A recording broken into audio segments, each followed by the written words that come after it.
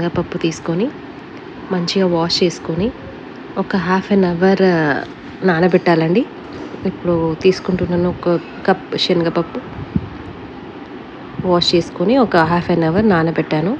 3 whistles వచ్చే వరకు ఉడకబెట్టాను మెత్తగా.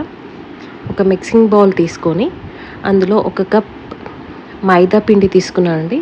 మైదా ఇష్టపడని వాళ్ళు మీరు గోధుమ పిండి అయినా తీసుకోవచ్చు. నేను ఇప్పుడు ఒక కప్ మైదా అండ్ ఒక కప్ గోధుమ పిండి తీసుకున్నాను. మీరు ఎలా అయినా చేసుకోవచ్చు. ఇప్పుడు నేను ఒక కప్ గోధుమ పిండి తీసుకుంటున్నాను. 2 బాగా మిక్స్ చేసుకోవాలండి. ఎలా అయినా బాగానే వస్తాయి భక్షాలు.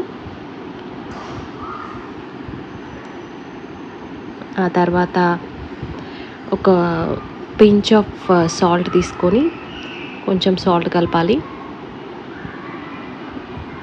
నేను ఇప్పుడు నెయ్యి తీసుకుంటున్నానండి. ఒక కప్ నెయ్యి అండ్ ఒక కప్ ఆయిల్ తీసుకుంటే భక్షాలు చాలా మెత్తగా వస్తాయి. 2 డేస్ తర్వాత అయినా కూడా చాలా బాగుంటాయి.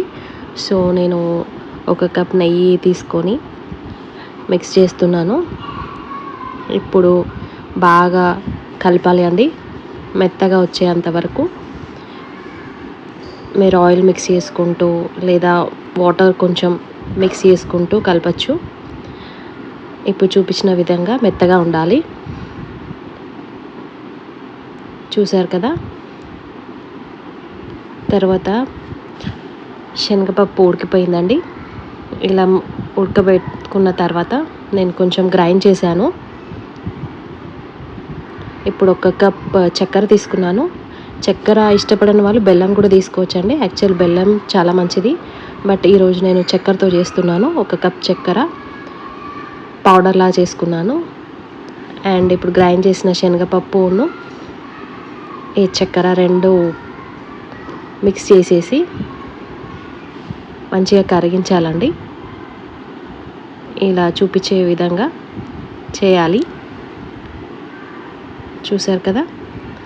ఇలా స్టవ్ మీద పెట్టాక కొంచెం గట్టి పడ్డాక మెత్తగా వస్తుంది. ఇప్పుడు ఒక డౌ లాగా ప్రిపేర్ చేసుకొని అందులో మనం ఇది పూర్ణాలు ఇందులో పెట్టచ్చు. చూసారుగా, ఇలా చేయాలి.